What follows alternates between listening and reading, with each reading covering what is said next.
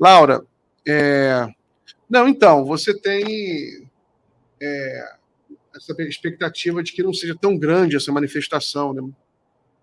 Mas, independente se for... Porque, por exemplo, se for... O Bolsonaro ele deu algumas ordens, né, de não levar nenhuma cartaz contra quem quer que seja, né? Evidentemente, porque ele está com medo que aquilo acabe gerando acusações de ser uma manifestação antidemocrática. O medo dele é cartaz contra o STF, que é o grande inimigo do Bolsonaro, é o STF. É o Alexandre de Moraes, né? Eu duvido que ele consiga controlar isso dos Bolsonaro. Vai ser até engraçado acompanhar, né? Ele controlar. E ele também, vamos ver se ele vai conseguir controlar a língua dele, né? Porque o Bolsonaro ele vai ficar travado. A previsão que eu faço... E o que ele vai falar se ele não falar do STF? Exato. Né? É o que ele sabe, falar besteira, xingar. Né? Tanto que a que fez sucesso, aquela coisa, quanto pior, melhor para o Bolsonaro. Né? Quanto pior, a mais besteira, assim, aquela coisa assim que o campo democrático, o campo sensato, né? Não sei nem se é democrático, o campo assim com um pouco mais de bom senso, fica horrorizado, porque você chegar lá e falar, não vou cumprir ordem de ninguém, ordem da justiça. Isso é coisa que se fala numa manifestação, né? Não vamos cumprir ordens do Alexandre de Moraes, do 7 de setembro do outro ano. Ali, exato, não vou cumprir ordem do STF, ele falou isso, numa manifestação, não vou cumprir ordens. Aqui na Paulista. Quem fala uma coisa dessa? Exatamente. Quem fala uma coisa dessa? Nem o movimento ultra-revolucionário fala uma coisa dessa, não numa manifestação no microfone, né? Então, foi isso muito grande. E vamos ver que ele vai ficar travado. Então, a previsão que eu faço é que ele vai ficar travado, vai perder muito da sua capacidade retórica. Agora, né? Olha, Miguel, eu cobri muito a Venezuela, né? Cobri muito a Venezuela durante o governo Chávez e o começo do governo Maduro.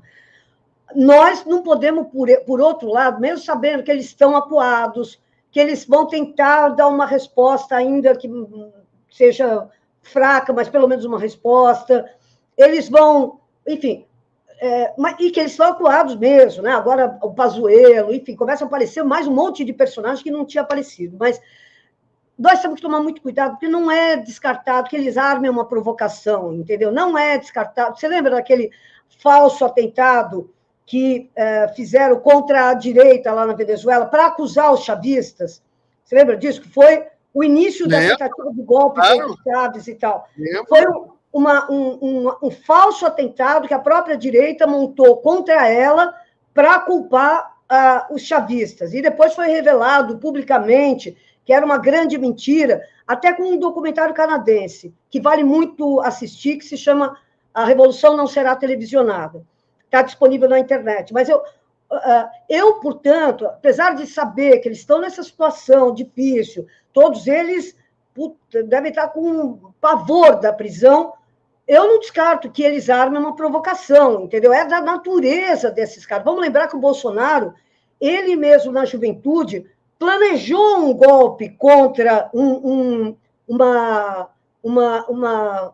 atentado para culpar a esquerda. E vamos lembrar daquele falso atentado também lá no Rio Centro. Quer dizer, esse é um método do porão. Então, eu acho que a gente tem que muito se acautelar contra essas coisas e a nossa segurança tem que estar muito atenta, entendeu? Para que não se... Sabe? E por isso também que eu acho que é muito importante que a gente vá para a rua documentar isso, entendeu? Vá para a rua, porque se não tivesse aqueles canadenses, os documentaristas canadenses que estavam ali cobrindo a Revolução Bolivariana, se eles não tivessem lá filmando a movimentação em Caracas, provavelmente o governo Chávez teria sido derrubado naquele momento. Então, muito cuidado, a gente não pode abaixar a guarda nesse momento, aliás, em nenhum momento, mas nesse em particular, porque essa gente é terrível mesmo, eles são vingativos e não tem nenhum princípio moral, né? Não existe moral para eles. Perfeito, Lauro. Deixa eu ler aqui só um superchat aqui do Zezito Oliveira. Transformamos pobres em consumidores e não em cidadãos, diz Mujica. Verdade, esse é um grande desafio, né? Agora da modernidade do Brasil. Ana Gondim, mas Laura, o problema é que o povo associa a sua melhora de vida, primeiro a Deus, segundo a mãe, terceiro a si mesmo. Longe do governo, tem pesquisa feita. Tem isso também. Mas sabe, Ana, o lance é o seguinte, o que importa é que, claro que a gente deve investir em educação popular, em formação das pessoas para uma vida cidadã. Claro que a gente tem que fazer tudo isso, eu não estou descartando isso. Mas só que eu estou falando que quando a gente está com fome, ou quando a gente está triste, ou quando a gente está, enfim, a gente fica de mau humor, entendeu? Quer dizer, mesmo que mais não seja, o fato só das pessoas estarem um pouco mais felizes, um pouco mais tranquilas, faz com que essa narrativa de ódio do Bolsonaro encontre menos lugar de escuta, entendeu? De escuta. Lugar de fala, não estou falando lugar de escuta.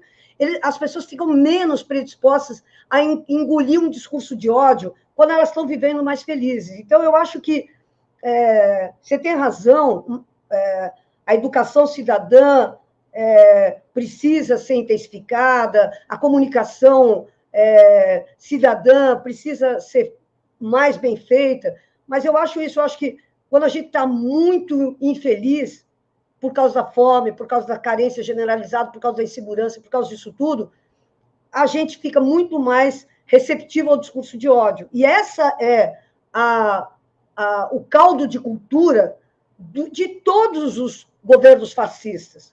Ele se baseia nessa infelicidade geral, entendeu? Então, eu acho que você tem razão, mas eu acho que a felicidade, ou o aumento do índice de felicidade, tira espectadores do discurso deles, entendeu? Não, com certeza. Você tem um grau de tranquilidade no ar, você sente isso no ar, né? E as pessoas eram no domingo, 25 de fevereiro cai no domingo, as pessoas eram, não, vou curtir a vida, né? Vou dar um passeio, né? A manifestação tem um custo. Exatamente. Tem um custo, né? Inclusive até financeiro, custo, um dinheiro, e tempo, né? Porque você pode fazer outra coisa. Então, por isso, inclusive, muitas vezes a pessoa fala, por que a esquerda não faz manifestação? Mas você sabe muito bem, não é assim. Vou querer fazer manifestação. Você tem que sentir. Isso que os movimentos eles são craques nisso. Tem clima para isso, né? As pessoas vão mesmo.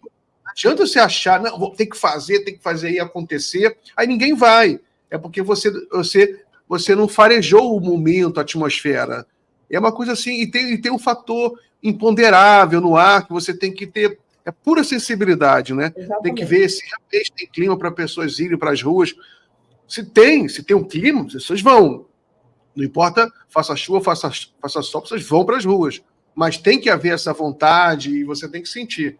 Né? Isso que a gente não sabe, porque essa bolha bolsonarista, ela realmente é muito fechada, né? E é complicado acessar, entender o que eles estão pensando, né? Muita loucura. Né? Você vê os grupos bolsonaristas, muita fake news, né? É uma coisa complicada.